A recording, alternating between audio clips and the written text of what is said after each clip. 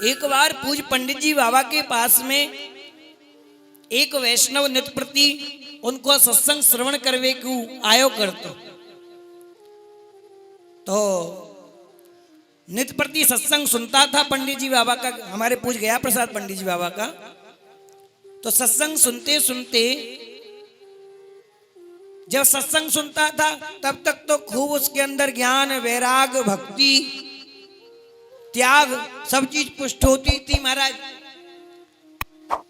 ऐसा मरकट वैराग आ जाता था, अब तो संसार में हमारा कुछ नहीं है, संसार मिथ्या है, सत्य तो श्री ठाकुर जी हैं। सत्संग में बैठते तब तो बड़े बड़े अंदर जीव के वैराग, भक्ति, त्याग ये सब उमड़ते हैं, प्रकट होते हैं। और जैसे ही सत्संग से बाहर संसार में जाता है फिर वही संसार की लीला शुरू। कारण इसी समस्या का समाधान करने के लिए उसने पूज्य पंडित जी बाबा से कहा, बाबा महाराज हम एक निवेदन करना चाहें आपके चरणन में। तो बाबा ने कही, कहो भैया, कहा कहना चाहो।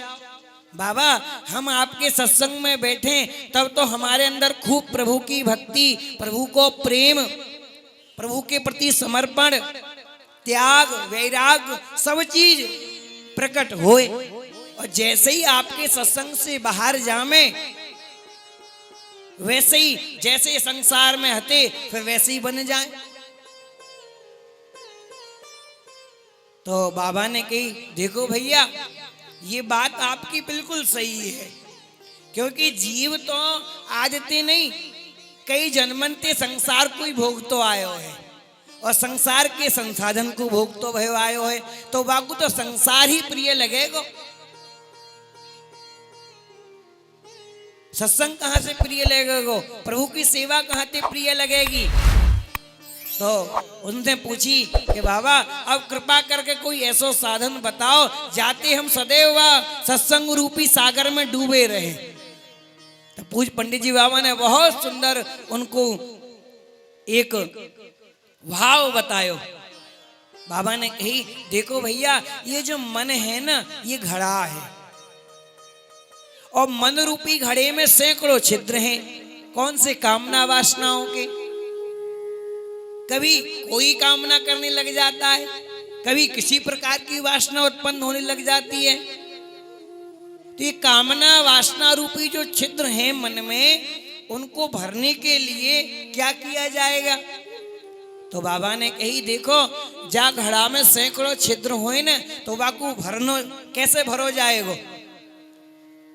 तो वह वैष्णव ने कही, बाबा कोई छिद्र वाले घड़ा हुए भर सकेगा? वो कहां से भरो जाएगा? भरेंगे फिर निकल जाएगा सबरो जल बाहर छिद्र के माध्यम से।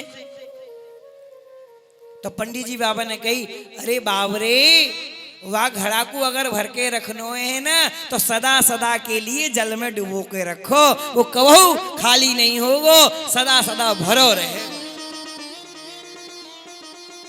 कितने को छेद हो घड़ा में और पानी में डुबा के रखो, हम देखें खाली है जाए। ऐसे ही पंडित जी बाबा ने कही, मन में चाहे कितने भी कामना वासना रूपी छिद्र हो, इसको सत्संग रूपी सागर में डुबा के रखोगे तो सदैव भरा रहेगा, कभी खाली नहीं।